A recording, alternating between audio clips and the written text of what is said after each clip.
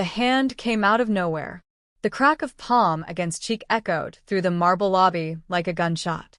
Mia didn't even realize what she'd done until she saw the red mark blooming across the stranger's face. His dark eyes locked onto hers, and something shifted in the air between them, something ancient and inevitable. Time stopped. Her pulse hammered in her throat as recognition flickered across his features, not of her face, but of something deeper, something that made his entire body go still. Then his men moved, hands reaching for weapons, and she knew her life had just changed forever. Welcome to the Mafia Codes, besties. If you love stories of dangerous men brought to their knees by the women who challenge them, hit that like button, smash subscribe, and drop a comment telling me where you're watching from. Now, let's get into this story. This story is entirely fictional. All characters, names, and events are imaginary. Mia's chest heaved as she stared at the man she'd just slapped. She hadn't meant to. God, she really hadn't meant to. But he'd grabbed her arm when she'd stumbled in her heels, and instinct had taken over. Years of self-defense classes her father had insisted on. React first, think later. Now she was thinking, and what she was thinking was that she'd just made the biggest mistake of her life.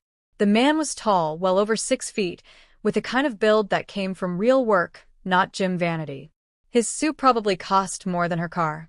Dark hair swept back from a face that could have been carved from marble, all sharp angles and harder edges. But it was his eyes that froze her in place. Deep brown, almost black, and currently fixed on her with an intensity that made her knees weak. "Signore, shall we?" One of his men started, but the stranger raised a hand. Silence fell immediately. "What's your name?" His voice was accented, Italian, smooth as aged whiskey, and just as dangerous. "I'm sorry," Mia stammered, her hand still tingling from the impact. "I didn't mean to. You startled me, and I just reacted." "Your name," he repeated, softer this time, but no less commanding. Mia. "Mia Chen." She lifted her chin, trying to salvage some dignity, even though her heart was trying to break out of her ribcage. "And you shouldn't grab women you don't know." Something flickered in his eyes. Amusement? Surprise? She couldn't tell. But the corner of his mouth twitched, just barely. "Valentino Rossi," he said, and she watched several people in the lobby go pale. "And you're right. I apologize for startling you." She blinked. She'd just slapped this man hard enough to leave a mark, and he was apologizing to her? Okay, she managed. "Are we good then? Can I go?" "Where were you going in such a hurry?"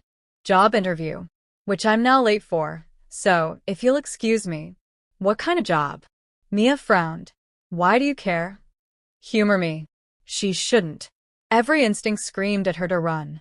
But something about the way he looked at her, like she was a puzzle he desperately needed to solve, kept her rooted in place. Administrative assistant. Rossi Enterprises. The irony didn't hit her until she saw his expression change. "Oh God. Please tell me you're not." "I own the building," Valentino said quietly. "The company. Everything you see." Mia wanted to die. Just sink through the floor and disappear forever. "Then I definitely didn't get the job." On the contrary, he pulled out his phone, typed something quickly. "You start Monday. 8th floor. My personal office." What? No.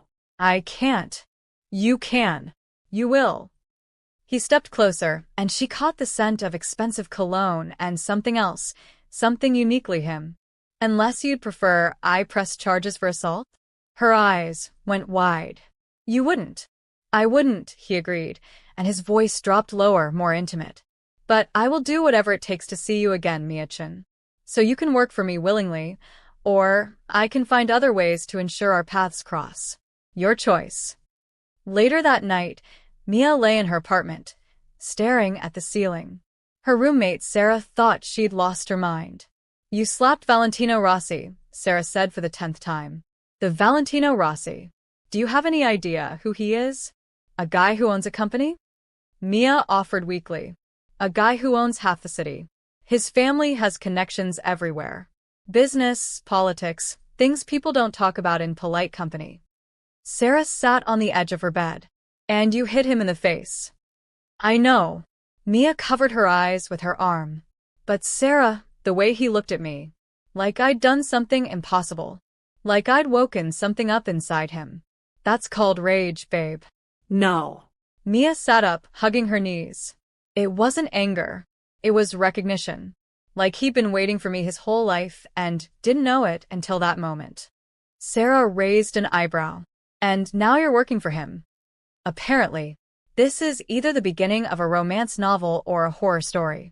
I can't tell which. Mia laughed, but it sounded hollow even to her own ears. Because she was thinking the same thing. The weekend passed in a blur of anxiety and anticipation. Mia changed her outfit 7 times Monday morning before settling on a navy dress that was professional but flattering. She told herself it had nothing to do with wanting to look good for Valentino. She told herself she was lying. The 8th floor of Rossi Enterprises was quieter than she'd expected. Sleek, modern, intimidating. A woman in her 50s greeted her with a warm smile that immediately put her at ease. You must be Mia. I'm Angela, Mr. Rossi's executive assistant. Well, I was. Now I suppose you are. She didn't seem upset about it. He's in a meeting, but he left instructions for your orientation. The morning was a whirlwind of passwords, procedures, and paperwork. Angela was patient, thorough, and surprisingly kind. Around noon, she paused. He's different with you already, Angela said quietly. What do you mean? I've worked for Valentino for 15 years. I've never seen him personally hire anyone on the spot. Never seen him smile the way he did when he told me you'd be starting today. Angela's eyes were knowing. Whatever happened between you two, it affected him. Before Mia could respond, the office door opened. Valentino stood there, and time did that weird stopping thing again. He'd removed his suit jacket, his white shirt rolled up to reveal forearms. That had no business being that distracting. His tie was loosened, hair slightly mussed like he'd been running his fingers through it. Mia, he said, and her name and his accent did things to her she didn't want to examine. My office. Please. Angela gave her an encouraging nod. Mia stood, smoothed her dress, and followed him into the lion's den. His office was massive, with floor-to-ceiling windows overlooking the city. The furniture was dark wood and leather, masculine and imposing. He gestured to a chair, but remained standing, hands in his pockets. How was your morning? He asked. Fine. Angela's great. She is. He studied her for a long moment. I need to know something, Mia. When you slapped me, were you afraid? The question caught her off guard. After? Terrified. But in the moment, when you hit me, she thought about it, really thought about it. No. In that exact moment, I was just reacting. The fear came after, when I realized what I'd done. Something in his expression softened. Good. Good. I never want you to be afraid of me. He moved closer, not threatening, just near enough that she had to tilt her head back to meet his eyes. I know what people say about me. Some of it's true. I'm not a good man, Mia. I've done things that would make you run if you knew. But with you. He paused, seeming to search for words. With you, I want to be different. Her breath caught. You don't even know me. I know you have a spine of steel and instincts that kept you safe when a stranger grabbed you. I know you're smart enough to be terrified but brave enough to show up anyway. I know that when you looked at me, you didn't see a name or a reputation. You saw a man. Just a man. His voice roughened. Do you have any idea how rare that is? Mia's heart was doing acrobatics in her chest. Valentino. Tell me you don't feel it, he interrupted. Tell me I'm imagining this thing between us, and I'll back off. I'll be nothing but professional. But if you feel even a fraction of what I'm feeling, she should lie, should protect herself, should remember that this man was dangerous in ways she probably couldn't imagine. But when she opened her mouth, the truth came out instead. I feel it. The next few weeks were the strangest of Mia's life. Valentino was demanding as a boss, but never cruel. He expected excellence, but provided every resource she needed to deliver it. And underneath the professional dynamic ran a current of something electric, something that made every interaction feel charged. He brought her coffee every morning, remembered how she took it after she told him once. Left small gifts on her desk, books he thought she'd like, a scarf in her favorite color. Never anything too expensive or inappropriate, just thoughtful. Like he was paying attention to every detail about her. But he also kept his distance physically. Never touched her unless necessary. Never pushed. It was driving her insane. A month in, Angela invited her to lunch. They'd become friends, and Mia desperately needed someone to talk to. "He's courting you," Angela said, sipping her wine. "Old school style. We work together. There are rules about that." Please. Valentino Rossi doesn't follow rules. He makes them. Angela leaned forward. "He's taking it slow because he's afraid of scaring you off. That man is head over heels, and he has no idea what to do about it. He's my boss. He's way out of my league. And people are starting to talk. Let them talk. The question is, how do you feel about him?" Mia stared into her own glass. "I think I'm falling for him, and it terrifies me." That evening there was a charity gala. Valentino had mentioned it weeks ago, said attendance was optional but appreciated. Mia had declined, not having anything appropriate to wear. When she got home, there was a box on her doorstep. Inside was a dress that made her gasp. Deep emerald green, elegant and sophisticated, with a note in strong, slashing handwriting. "You don't have to come, but I hope you will." V. Sarah shrieked when she saw it. "You're going. No arguments. I'm doing your hair and makeup, and you're going to knock that man dead." 2 hours later, Mia stood in front of the mirror and barely recognized herself. The dress fit like it was made for her, hugging her curves in all the right ways. Sarah had worked magic with her hair and makeup, making her look glamorous and confident. "You look like you belong in his world," Sarah said softly. I don't, though.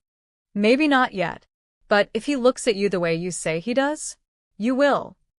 The gala was in the ballroom of the city's most exclusive hotel. Mia felt out of place the moment she walked in, surrounded by designer gowns and diamonds and people who moved through wealth like it was air. Then she saw Valentino. He stood across the room in a tuxedo that should be illegal, talking to a group of important-looking people. But the moment she stepped through the door, his head turned. Their eyes met, and everyone else disappeared. He crossed the room like a man on a mission, ignoring people who tried to catch his attention. When he reached her, he stopped, just looking at her like she was something precious. "You came," he said, voice rough. "You sent a dress. You wore it. It was beautiful. You're beautiful." He offered his hand. "Dance with me." She shouldn't. Everyone was watching. This would fuel the rumors for months. But she placed her hand in his anyway, let him lead her to the dance floor.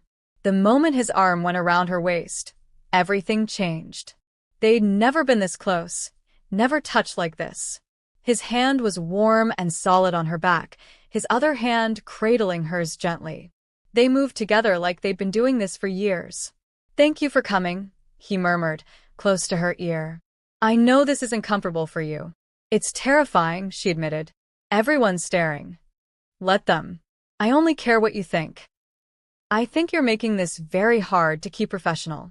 His arm tightened around her. "Good.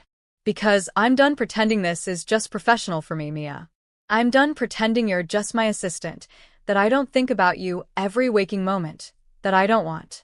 "Valentino." A voice cut through the moment. A woman approached, beautiful and sleek in a red dress, with calculation in her eyes. "I didn't know you'd be here." Valentino's entire demeanor changed, became cool and distant. "Isabella, aren't you going to introduce me to your date?" The word dripped with condescension.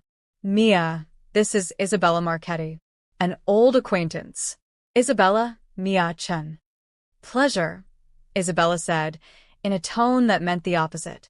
Her eyes raked over Mia. How sweet, Valentino taking an interest in his employees. Though I suppose some might call that inappropriate. Mia felt her cheeks heat, but before she could respond, Valentino's voice cut through the air like ice. "Careful, Isabella.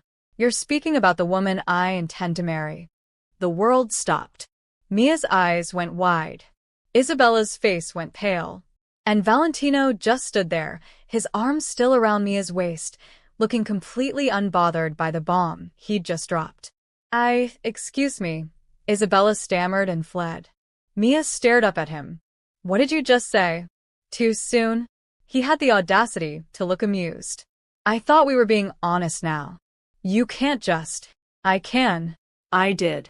And I meant it. His hand cupped her face, thumb brushing her cheek. I know it's fast. I know I should court you properly. Take my time. But I've never been patient, Mia, and when I know what I want, I go after it. I want you. Not for a night, not for a fling. Forever. Her heart was going to explode. Valentino. You don't have to answer now. But I know that I'm not playing games. From the moment you put your hand on my face, you marked me. You woke up to something I didn't know was sleeping.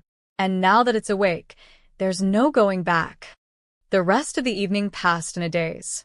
Valentino kept her close, his hand never leaving her waist or the small of her back. People stared, whispered, but he didn't seem to care. He introduced her to everyone like she was already his, like her place at his side was a given. By the end of the night, Mia's head was spinning. When he offered to drive her home, she accepted, too overwhelmed to argue. His car was as expensive as everything else about him, all leather and quiet luxury. They drove in silence for a while before he spoke. I scared you tonight. Yes. I'm sorry. Are you? She looked at him. Because it didn't seem like you regretted it. I regret scaring you. I don't regret it. He pulled up to her building, put the car in park. I'm not good at this, Mia. Romance, relationships, normal. I'm used to taking what I want, making things happen through force of will. But with you, I'm trying to be patient. Trying to let you come to me. It's killing me, but I'm trying. She should go inside. Should put distance between them. Instead, she reached over and touched his face, her palm against his cheek where she'd hit him all those weeks ago. I'm scared, she whispered. Of me? Of how much I want this. I want you. His hand covered hers, holding it against his face. Then be scared with me. Because I'm terrified too. I've never felt like this, never wanted someone the way I want you. It's consuming me, Mia. You're consuming me. The air in the car was thick with tension, with want, with all the things they weren't saying. Mia leaned closer, drawn by something bigger than logic. Valentino, she breathed. Tell me to kiss you, he said roughly. Please, Mia. Tell me I can kiss you. Kiss me. He did. And the world caught fire. His mouth on hers was everything she'd imagined and nothing she could have prepared for. Gentle but hungry, controlled but desperate. His hand slid into her hair, angling her head, deepening the kiss until she couldn't think, couldn't breathe, could only feel. When they finally broke apart, both breathing hard, he rested his forehead against hers. I should let you go inside, he murmured. You should. But I don't want to. I don't want you to either. He groaned. You're going to kill me, you know that? She laughed, and it sounded breathless even to her. Good night, Valentino. Good night, Tesoro. The endearment made her heart flutter. I'll see you tomorrow. The next day at work was excruciating. Valentino was professional, courteous, proper. But every time their eyes met, she remembered the kiss, the way he'd touched her, the rough edge to his voice when he'd called her Tesoro. Late in the afternoon, he called her into his office. She expected work. What she got was him, standing at his window, tension in every line of his body. There's something you need to know about me, he said without turning around. About my family. Mia's stomach dropped. Okay. The Rossi name carries weight in this city. Power. Influence. Not all of it comes from legitimate business. He finally turned to face her. My grandfather built an empire on both sides of the law. My father expanded it. I've been trying to transition us to legitimate operations, but the past doesn't let go easily. There are people who see me as an asset and people who see me as a threat. Are you trying to warn me off? I'm trying to be honest. Because if we do this, if we're together, you become a target. People will try to use you to get to me. They'll dig into your life, threaten you, hurt you if they think it will give them leverage. His hands clenched. I can protect you. I will protect you. But you need to know what you're getting into. Mia walked over to him, put her hand on his chest. Are you involved in anything illegal now? No. But I can't erase my family history. Can't change where I come from. I'm not asking you to. I'm asking if you're a good man trying to do the right thing. I want to be. For you. Then that's enough. She went up on her toes, kissed him softly. We'll figure out the rest. His arms came around her, holding her close. How did I get this lucky? The next few weeks were a dream. Valentino courted her properly, took her to dinners and shows, and sent flowers to her desk every morning. They kept things professional at work, but the whole office knew anyway. No one seemed to mind. If anything, people seemed relieved to see their boss happy. But not everyone was pleased. Mia started noticing strange things. Cars that seemed to follow her. Hang-up calls. A feeling of being watched. She told herself she was paranoid, but the feeling wouldn't go away. One evening, she stayed late to finish a report. Most of the staff had gone home. She was gathering her things when she heard voices in Valentino's office. Loud, angry voices. You can't be serious, Valentino. A nobody? Some American girl with no connections, no family worth mentioning. The voice was older, authoritative. Careful, uncle. Valentino's voice was deadly calm. You're talking about the woman I love. Mia's heart stopped. Love? You barely know her. This is about lust, nothing more. Sleep with her and get it out of your system, but don't make her permanent. She is permanent. She's going to be my wife. The family will never accept her. Then the family can adjust. I'm done living my life according to what other people think I should do, who they think I should be with. Mia is mine, and that's not negotiable. You'll regret this. The only thing I'd regret is losing her. Mia pressed her hand to her mouth, trying to keep quiet, trying to process what she'd just heard. He loved her. He wanted to marry her. And his family was against it. She snuck out before they emerged, her mind reeling. At home, she paced her apartment, Sarah watching with concern. What are you going to do? Sarah asked. I don't know. His family hates me. This could destroy his relationship with them. But he chose you anyway. That's what scares me. What if he regrets it later? What if I'm not worth the price he has to pay? The next morning, Mia tried to act normal, but Valentino saw right through her. What's wrong? He asked the moment they were alone. She should tell him she'd overheard. Should talk about it. But fear held her tongue. Just tired. He didn't believe her. She could tell, but he didn't push. Instead, he took her hand. I have something for you. He pulled out a small box, and her heart leaped into her throat. But when he opened it, it wasn't a ring. It was a key. To my penthouse. I want you to have a place to go if you ever need it. Somewhere safe. Valentino, this is too much. It's not enough. It'll never be enough. He cupped her face. Mia, whatever's bothering you, you can tell me. We're in this together. Before she could respond, Angela burst in, face pale. Mr. Rossi, your mother is here. The tension that snapped through Valentino was immediate. Tell her I'm busy. She's with Mr. Ricci. They're in the conference room. Valentino swore in Italian. Stay here, he told Mia. I'll handle this.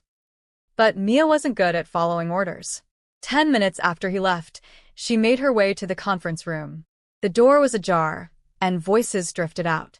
You think bringing Ricci here will change my mind? Valentino was saying. Marco is a good match, his mother's voice, cool and cultured. His family's business interests align with ours. His sister's marriage could strengthen our position in Milan. I don't care about positions or alliances. I'm not marrying Isabella Ricci, or anyone else my family chooses. Because of that girl. His mother's voice dripped with disdain. She's a distraction, Valentino. Pretty enough, I'm sure, but not suitable for a Rossi. She's the only thing that's ever been suitable for me. You're blinded by lust. It will pass. It's not lust. It's love. And it won't pass. Marco Ricci's voice cut in. oily and smooth. Perhaps if I met this girl, I could see what has you are so enamored. Maybe I'll steal her away, save you from making a mistake. The sound of a chair hitting the floor. Valentino's voice, low and deadly. You go near her, you even look at her wrong, and I'll end you. Family connections be damned. Valentino, his mother gasped. Get out. Both of you. And tell the family this. Chen is going to be my wife. Anyone who has a problem with that can deal with me directly. But no one threatens her. No one disrespects her. She's under my protection, and I will burn this entire city to the ground before I let anyone hurt her. Mia backed away, her heart pounding. She made it to the bathroom before the tears came. Not sad tears, exactly. Overwhelmed tears. Scared tears. Tears because a man like Valentino Rossi was willing to wage war with his entire family for her, and she had no idea if she was worth that kind of sacrifice. She was splashing water on her face when the door opened. A woman walked in, elegant in a designer suit. Valentino's mother. Their eyes met in the mirror. So you're her, the woman said. The one who has my son acting like a fool. Mia turned slowly. Mrs. Rossi. You heard, I assume. You were lurking outside the conference room. No point denying it. Yes. And? Are you going to do the right thing and walk away? Is that what you think the right thing is? I think you're out of your depth. I think you have no idea what being part of this family means, what it demands. I think my son is throwing away alliances and angering powerful people for a woman who won't last a year in our world. The words hit like blows, but Mia lifted her chin. You're probably right. I don't know your world. I don't have the right connections or the right name. But I love your son. And he loves me. Isn't that worth something? Mrs. Rossi's expression didn't change. Love is a luxury, girl. In our world, survival is what matters. Protection. Power. You can't give him any of that. No. But I can give him honesty. Loyalty. A choice in who he shares his life with. Mia's voice strengthened. Maybe your world doesn't value those things, but Valentino does. He told you he's not marrying for alliances. He meant it. And I'm not going anywhere. Something flickered in the older woman's eyes. Surprise? Respect? Then it was gone. We'll see how long that conviction lasts. She swept out, leaving Mia shaking. When Mia returned to her desk, Valentino was waiting, face dark with fury. You talked to my mother. She cornered me in the bathroom. What did she say? That I'm not good enough for you. That I won't last. Mia met his eyes. She's probably right. Don't. He pulled her into his office, closed the door. Don't let her get in your head. You're everything I need, everything I want. My family doesn't get a vote in this. But they're your family. What if choosing me means losing them? Then I lose them. He gripped her shoulders gently. Mia, listen to me. I've spent my whole life doing what was expected, being who they needed me to be. You're the first thing I've ever wanted just for me. I'm not giving that up. I'm not giving you up. She wanted to believe him. God, she wanted to believe him so badly it hurt. Kiss me, she whispered. He did, hard and claiming, like he was trying to brand her with his mouth. When they broke apart, both breathing hard, he rested his forehead against hers. Come home with me tonight, he murmured. Not to the penthouse. My real home. Where I actually live. It felt like a line they were about to cross, and they both knew it. But Mia nodded anyway. His home was a revelation. Not the cold, modern penthouse she'd expected, but a converted brownstone filled with warmth. Books everywhere, art on the walls, a kitchen that looked actually used. It was intimate, personal, completely at odds with his public image. I don't bring people here, he said quietly. This is mine. Private. Thank you for sharing it with me. They had dinner, talked for hours, and it felt easy. Natural. Like they'd been doing this for years instead of weeks. But underneath ran that electric current, that tension that had been building since the moment they met. When he kissed her again, it was different. Slower, deeper, with an edge of inevitability. His hands found her waist, pulled her closer. Her fingers threaded through his hair. And when he lifted her, carried her upstairs, She didn't protest. His bedroom was simple but luxurious, all dark colors and soft textures. He set her down gently, his eyes searching hers. "We don't have to." She kissed him, cutting off the words. "I want to. I want you." What happened next was a blur of skin and sighs, of whispered endearments in Italian, of a connection so intense it bordered on spirituality. He was gentle but passionate, reverent but possessive, and when they finally came together, Mia felt something click into place in her soul. Afterwards, wrapped in his arms, his heartbeat steady under her ear, she felt peace for the first time in weeks. "I love you," he murmured into her hair. "God, Mia, I love you so much." "I love you too," she whispered back. She felt him smile against her temple, felt his arms tighten around her.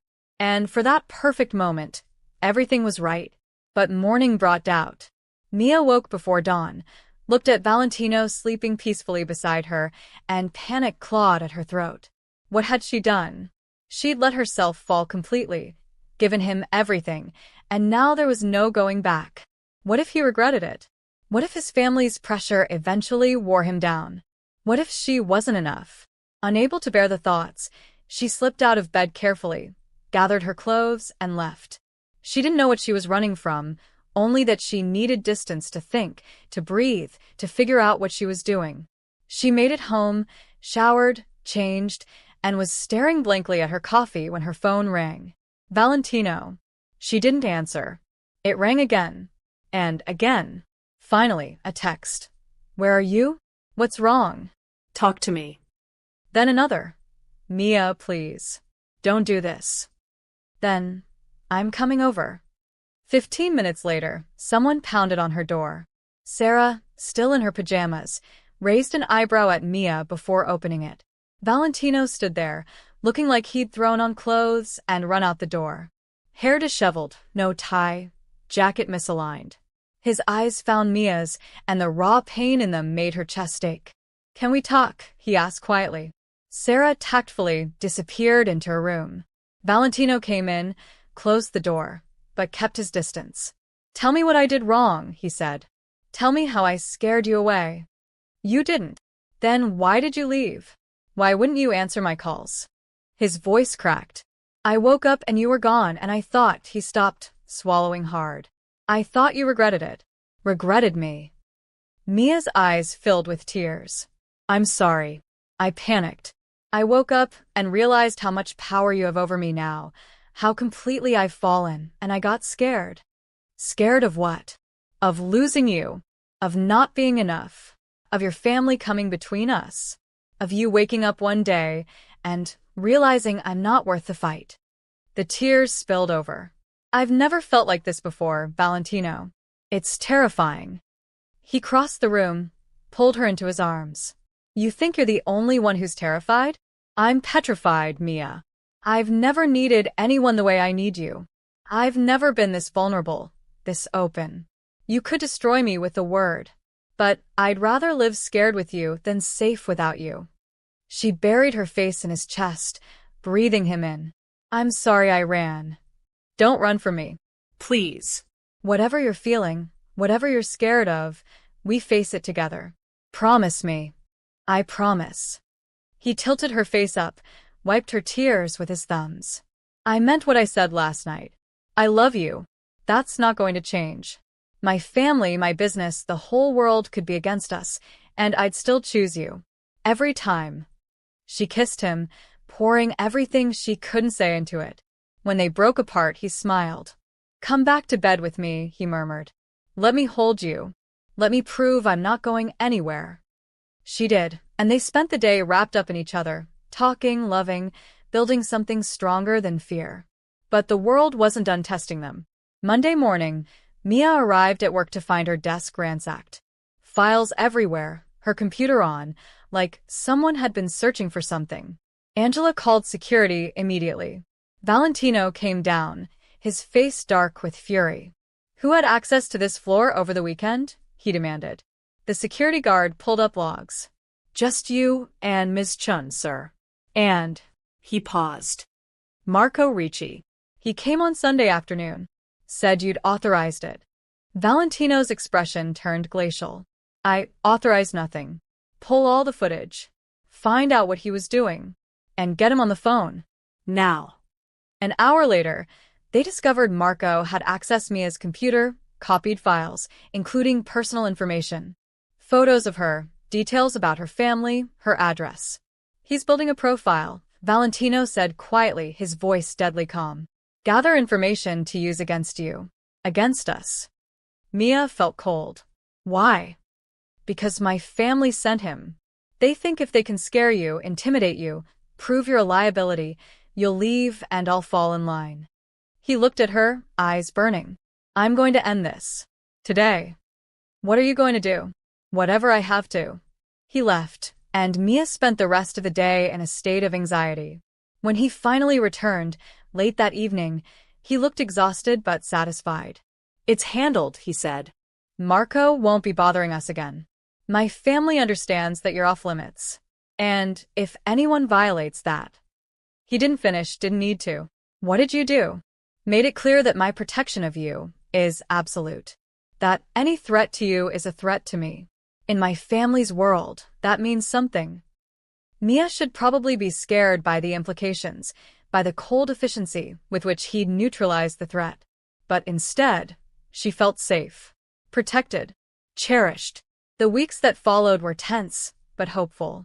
Valentino's family kept their distance, testing, watching, but not actively interfering. Work continued, and Mia proved herself capable, competent, earning respect from the staff. But danger has a way of finding cracks in even the strongest armor. It came on a Tuesday evening. Mia was leaving work, walking to her car in the parking garage, when she sensed something wrong. Too quiet. Too empty. She turned to go back inside, but rough hands grabbed her from behind. A cloth pressed over her mouth and nose. Chemical sweet. She tried to fight, tried to scream, but darkness swallowed her whole. When Valentino couldn't reach her, he knew immediately something was wrong. Mia always answered. Always.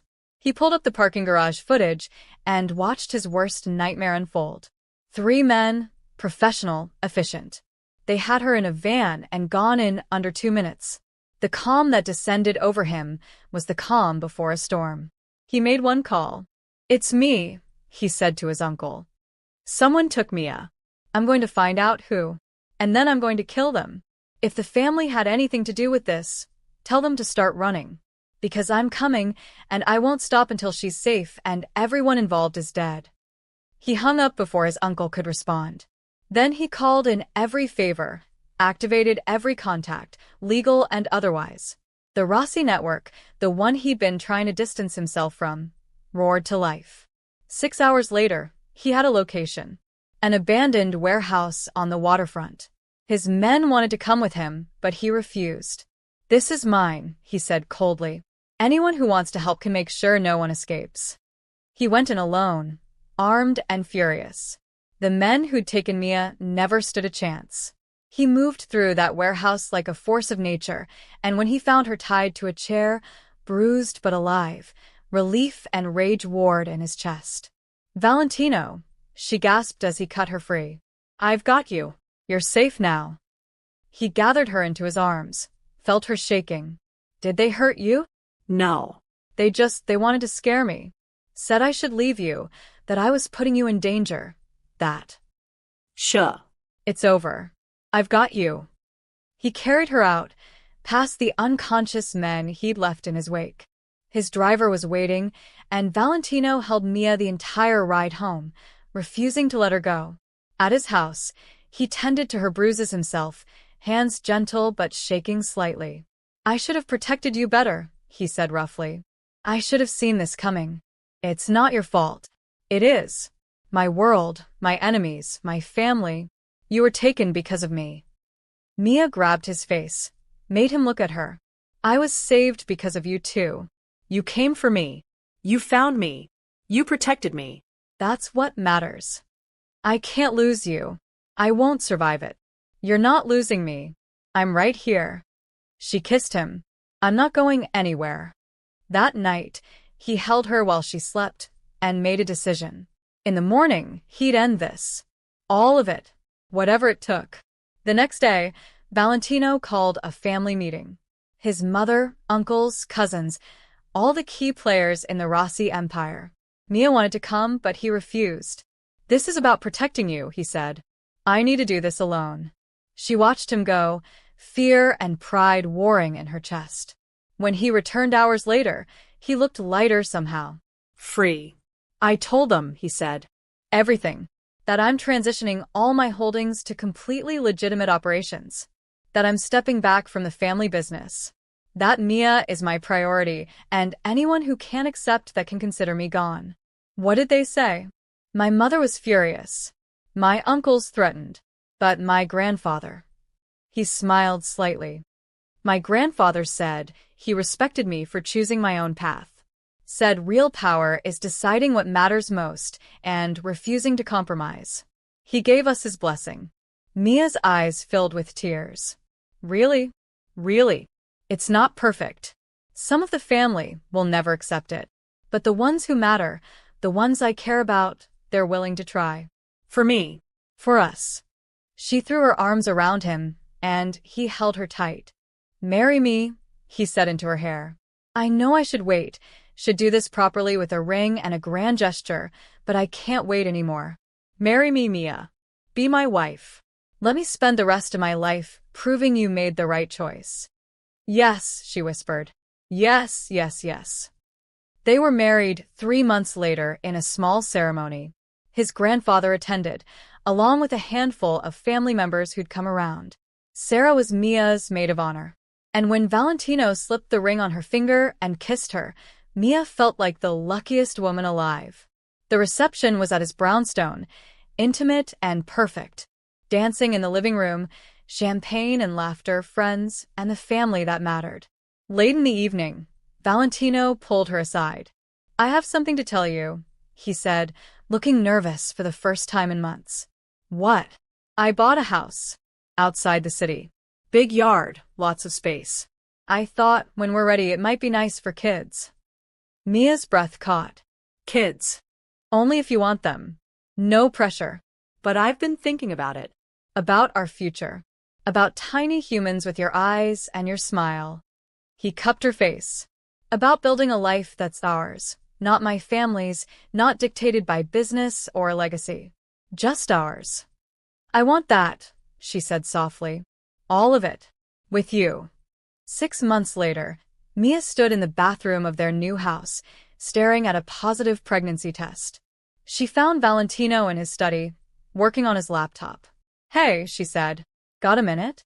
He looked up, smiled. "For you? Always." She walked over, placed the test on his desk. I watched his expression change from confusion to understanding to pure joy. "Really?" he breathed. "Really?" He pulled her into his lap, buried his face in her neck. She felt wetness against her skin and realized he was crying.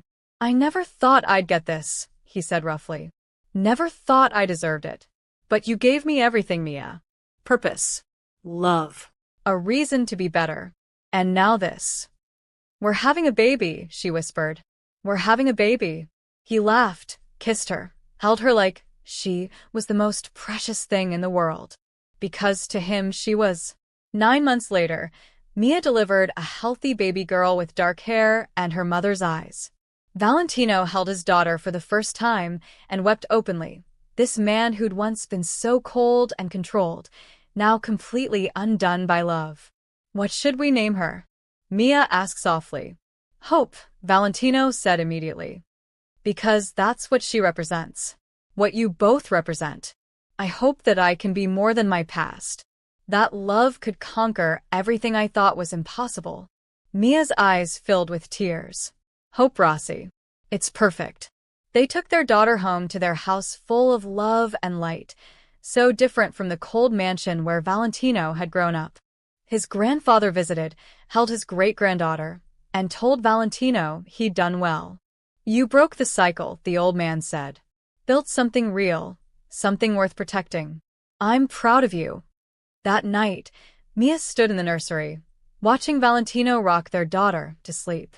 He was singing softly in Italian, his voice gentle and full of love.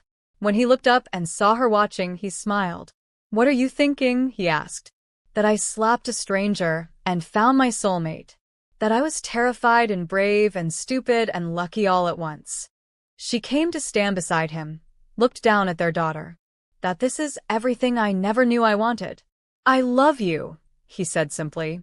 "Both of you. My whole world in one room." "We love you too." And in that moment, with their daughter sleeping peacefully and their future stretching bright before them, Mia knew without doubt that every risk had been worth it. Every fear, every fight, every moment of uncertainty had led here, to this perfect life they'd built together. Love had conquered danger, fear, and doubt. And in the end, that was all that mattered. If this story touched your heart, please hit that like button and share it with someone who needs to hear this message. Subscribe to the Mafia Codes for more stories of dangerous love and second chances. Drop a comment and let me know what you thought. Your support helps us bring these stories of hope and transformation to more people. Until next time, besties. Remember, sometimes the best love stories start with a slap and end with forever.